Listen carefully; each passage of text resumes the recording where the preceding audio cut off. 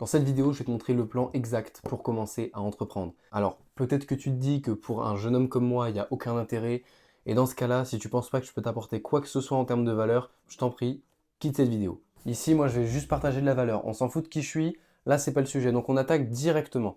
Je vais vous présenter étape par étape un plan précis de comment commencer à entreprendre. C'est un plan long terme. Donc, évidemment, vous n'allez pas pouvoir tout mettre en place dès le début. Mais dès la première étape, il y a des petites actions que vous allez commencer à pouvoir faire. Écoutez ce que je vais dire, prenez l'étape par étape et vous pourrez avoir un réel plan au long terme sur votre entrepreneuriat.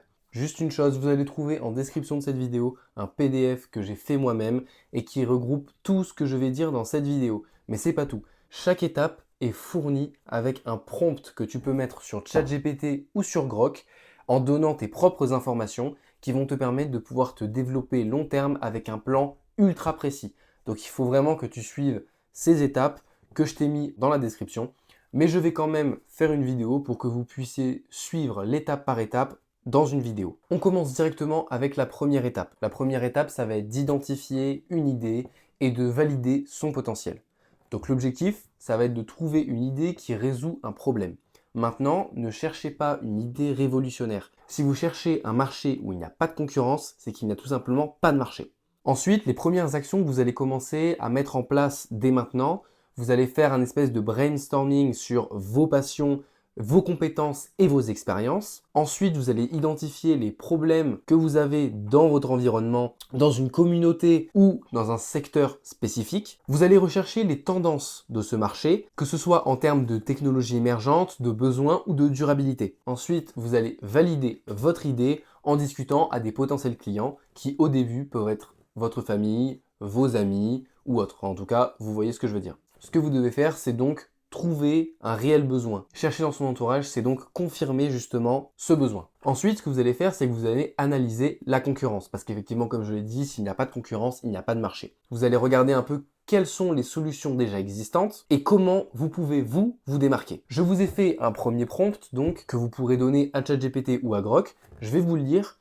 C'est le prompt le plus simple de tout le PDF que j'ai fourni. Tous les autres sont bien plus fournis, mais comme c'est le premier pour la première étape et celui qui est facile à mettre en place, je vais quand même vous le lire et ensuite on pourra passer à la prochaine étape. Tu es un expert en business et en analyse de marché. J'envisage de lancer un business dans nom de domaine ou nom du marché. Je veux une analyse complète du marché en 2024 et 2025, incluant les tendances actuelles et futures de ce marché, le niveau de concurrence et les principaux acteurs. Une demande réelle du marché avec des statistiques, le type de client cible, les points faibles et problèmes non résolus par la concurrence, une analyse SWOT, donc ses forces, faiblesses, opportunités et menaces. Ensuite, coût moyen de lancement et barrières à l'entrée, les erreurs courantes des débutants dans ce marché, les modèles économiques rentables possibles dans ce domaine, des conseils spécifiques pour se différencier et maximiser les profits dès le début, les meilleures stratégies marketing adaptées à ce business, SEO, pub Facebook, organique, etc.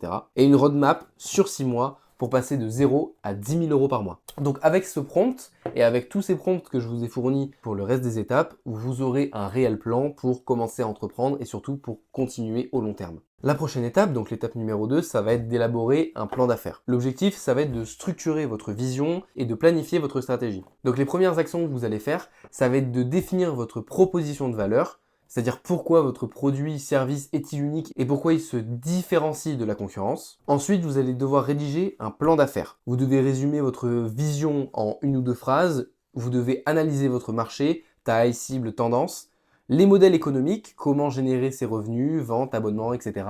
Un plan marketing avec des canaux de proposition, des réseaux sociaux, SEO, partenariats, des prévisions financières, budget initial, coût, revenu estimé. Ensuite, vous devez fixer des objectifs que j'appelle SMART, c'est-à-dire spécifiques, mesurables, atteignables, réalistes et surtout temporels. La troisième étape, ça va être d'étudier la faisabilité et les aspects légaux. C'est un point qui est quasiment pas présent du tout sur YouTube et je trouve ça complètement aberrant de ne pas parler des aspects légaux et de la faisabilité de certains business parce que justement, on peut souvent se retrouver confronté à des choses très complexes.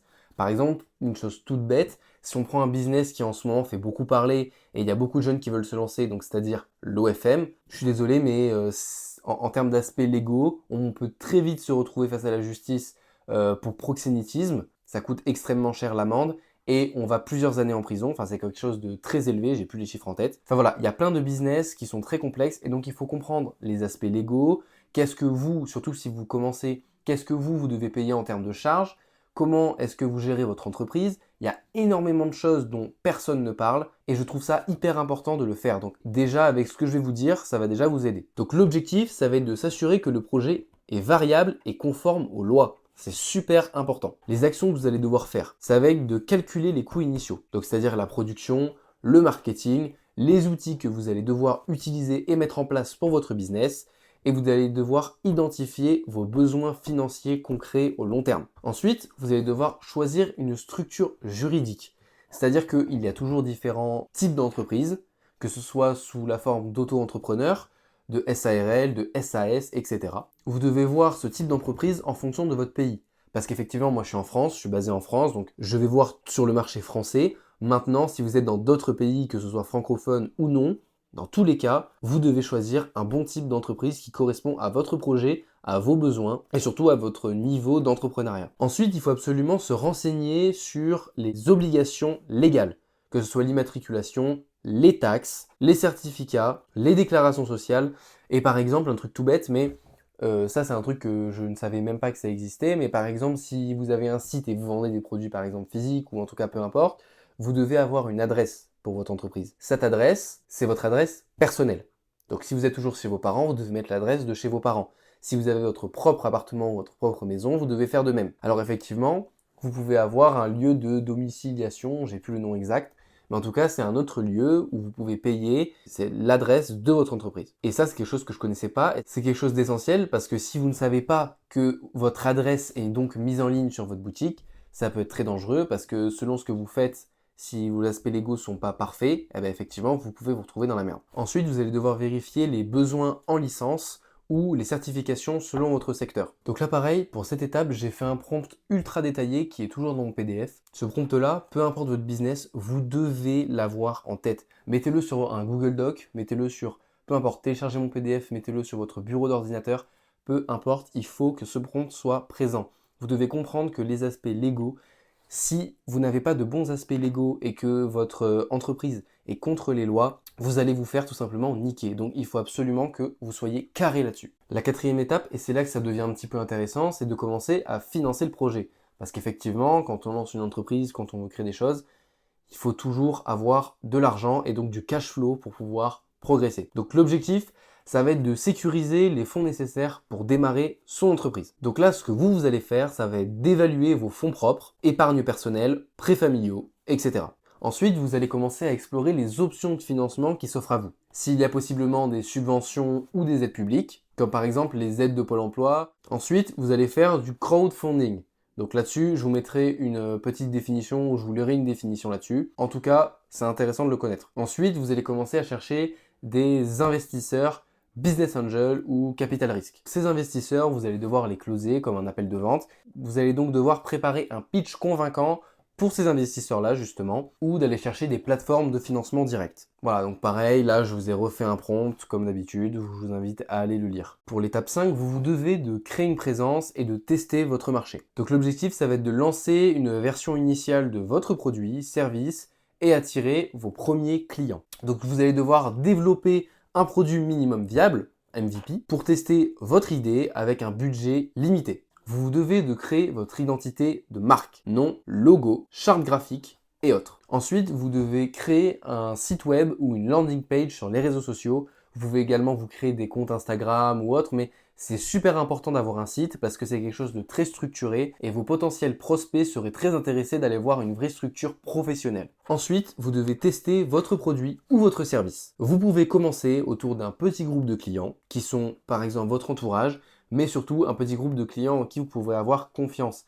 Même si c'est des gens que vous ne connaissez pas vraiment, il faut que ce soit des gens où vous pouvez avoir un lien direct avec eux. Une fois que vous avez commencé à aller chercher des clients plus loin, commencer à avoir des premiers réels clients, des premiers réels prospects qui viennent à vous, là vous allez ajuster votre offre en fonction des commentaires laissés et des avis sur votre produit ou sur votre service. Bon, maintenant le gros est fait. Sauf que maintenant il faut vraiment se lancer. Donc l'étape 6, ça va être le lancement officiel et comment croître. L'objectif, ça va être de passer à l'échelle supérieure et d'établir votre entreprise. Donc là, vous allez commencer à lancer officiellement votre produit ou votre service à une campagne marketing par les réseaux sociaux, par les partenariats locaux. Vous pouvez commencer en organique ou partir sur des projets un petit peu plus gros. Ensuite, vous devez mettre en place des indicateurs de performance, ce qu'on appelle des KPI. Ça va vous permettre de suivre vos ventes, de visualiser votre trafic web et votre satisfaction client. Bien plus tard, si nécessaire, vous pourrez commencer à recruter, que ce soit des stagiaires, des freelances ou des employés. Et surtout, il y a quelque chose qui va être essentiel, et là c'est quelque chose qui est super important, je dois vous en parler, c'est primordial. Quand on est businessman, quand on est dans l'entrepreneuriat, le principal, c'est de se former. Tous les mecs les plus riches de cette planète se sont formés et se forment tous les jours. Ils ne s'arrêtent jamais de se former. Si vous êtes en retard, vous ne pourrez pas croître. Et ça, c'est super important. Il y a plein de gens qui l'oublient. Il y a plein de gens qui veulent directement se lancer. Effectivement, sur les réseaux sociaux, on dit de passer à l'action, de foncer. Le blême, c'est que si vous passez à l'action mais que vous n'avez aucun plan, que vous ne savez pas quoi faire, ça sert à rien. Donc il faut croître intellectuellement. Il faut que vous arriviez à augmenter votre connaissance, vos compétences et votre expérience. Et pour ça, il faut absolument se former. Vous pouvez vous former gratuitement de par YouTube.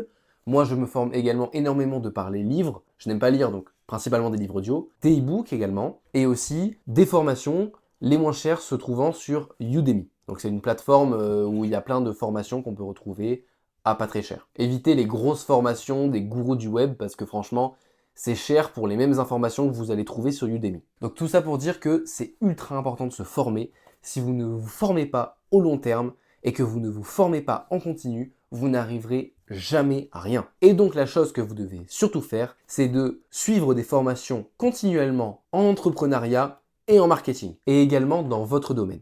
J'ai n'importe quoi, si vous avez une startup par exemple dans l'intelligence artificielle, ou même dans quelque chose de beaucoup plus simple, il faut absolument que vous compreniez tout sur votre domaine. Le but n'étant pas de devenir un expert dès le début, le but étant de croître avec votre business. Vous devez donc progresser en même temps que votre business progresse, et c'est ça qui va faire également monter votre chiffre d'affaires. Bon, maintenant, on passe à la dernière étape. C'est une étape que vous devez maintenir au long terme. Elle suit un petit peu la fin de l'étape 6, c'est-à-dire de se former, mais là, je vais vous parler de comment avoir un business qui évolue, qui permet de tenir dans le temps et surtout qui survit aux bouleversements qu'il y a dans les marchés. Donc par exemple, il y a certains métiers qui ont totalement sauté à cause de l'arrivée de l'intelligence artificielle ou à l'arrivée d'Internet il y a des années. Vous voyez, en tout cas, il y a beaucoup de métiers qui ont sauté. Et donc, il faut rester toujours à jour, il faut rester informé, il faut se former pour pouvoir rester au long terme. Donc on passe directement à l'étape 7.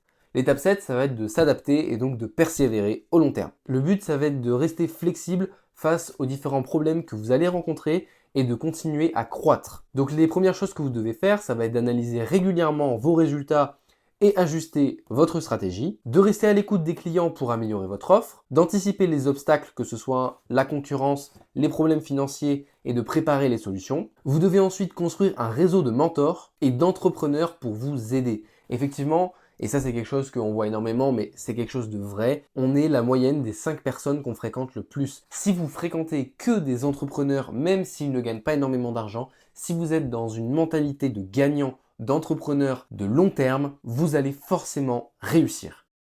Bon, ensuite je vais donner des petits conseils. C'est des conseils souvent qui ont déjà été revus, mais c'est important de leur dire, c'est important d'en reparler, surtout si vous êtes jeune et que vous vous lancez pour un projet plus long terme. C'est super important. Premièrement, ça va être de commencer petit, mais de viser grand.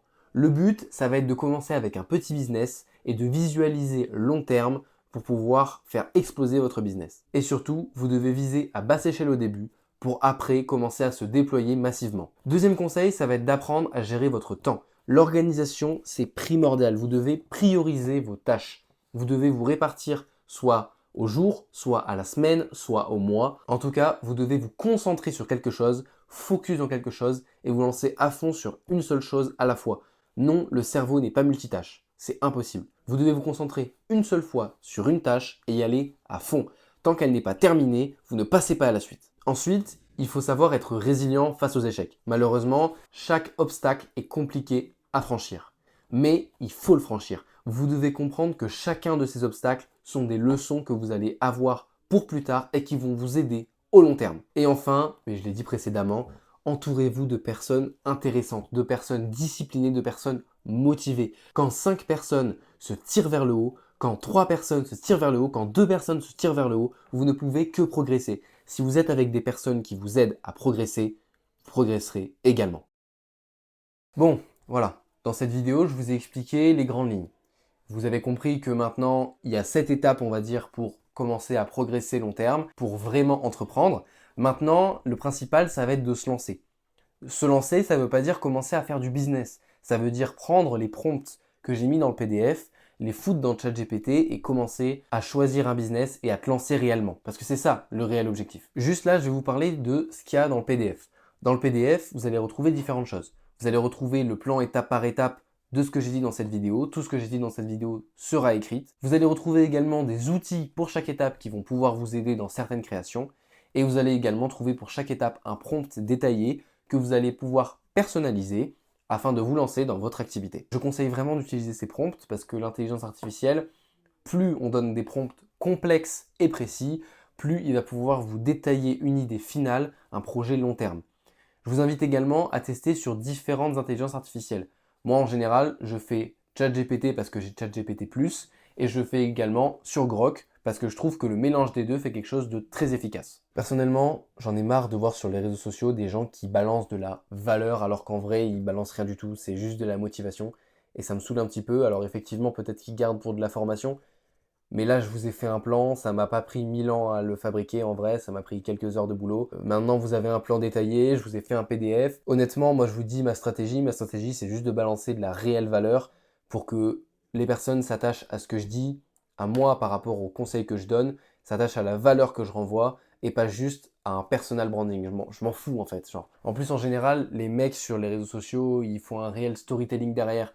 Même tu le vois dans des formations, dans les espèces de lives qu'ils font en ligne, t'as l'impression que 50% c'est du storytelling. Ils te parlent de leur passé, ils te disent que oui, ils ont vécu dans la misère, que maintenant ils ont un business à plusieurs millions, que ci, que ça.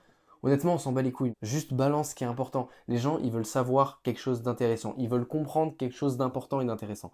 Et vraiment, c'est quelque chose qu'on retrouve pas assez sur les réseaux sociaux et c'est quelque chose qui me saoule en fait. Oui, on peut mettre de la valeur payante. Maintenant, faut pas faire payer des conseils qu'il y a d'autres personnes qui peuvent fournir gratuitement. C'est complètement idiot. Bon, je vais pas m'éterniser plus que ça. Si tu veux avoir encore plus de valeur, je t'invite à t'abonner. Je vais essayer d'être le plus présent sur YouTube. Je vais également essayer de poster de l'entourage, c'est-à-dire des podcasts que je vais pouvoir faire avec des personnes que j'ai rencontrées qui tournent autour du business, de l'entrepreneuriat. J'essaie de prendre des gens le plus jeunes possible, enfin le plus jeune possible, dans ma tranche d'âge, c'est-à-dire aux alentours des 18 ans, pour que vous compreniez que peu importe l'âge, vous pouvez vous lancer. Si vous avez des questions ou quoi que ce soit d'autre, n'hésitez pas à me le dire en commentaire, ça me fera ultra plaisir. Même moi, j'essaie vraiment d'apprendre de mes erreurs et d'apprendre. Donc n'hésitez pas à me conseiller sur mes prochains contenus, sur que ce soit en termes de qualité, en termes de parole, peut-être que je parle trop vite. N'hésitez pas à me dire que je dois ralentir la voix. Voilà, j'essaierai d'évoluer avec mes vidéos et avec vous. En tout cas, je vous laisse. Ciao, ciao. Ah oui, et il y a un truc intéressant et je veux absolument savoir votre avis dessus. Est-ce que mes PDF téléchargeables gratuitement, vous les trouvez intéressants? Parce que honnêtement, ça me prend quand même du temps de les faire. Donc, je me lance un peu sur YouTube. Donc, pour le moment, j'attends pas énormément de vues, de réactions et de commentaires. Mais n'hésitez pas à me dire, est-ce que je continue à faire des PDF téléchargeables gratuitement qui vont vous apporter de la valeur ou est-ce que je fais juste mes vidéos? Enfin voilà. En tout cas, dites-moi, n'hésitez pas à me donner un max de conseils dans les commentaires. Et dites-moi si des vidéos comme ça vous plaît. Et à la prochaine.